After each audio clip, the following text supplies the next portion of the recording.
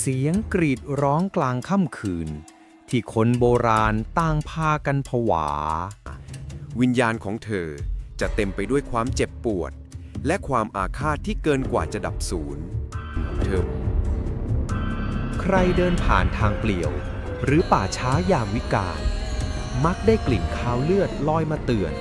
ก่อนที่ผีใต้ทั้งกลมจะปรากฏตัวจนถึงทุกวันนี้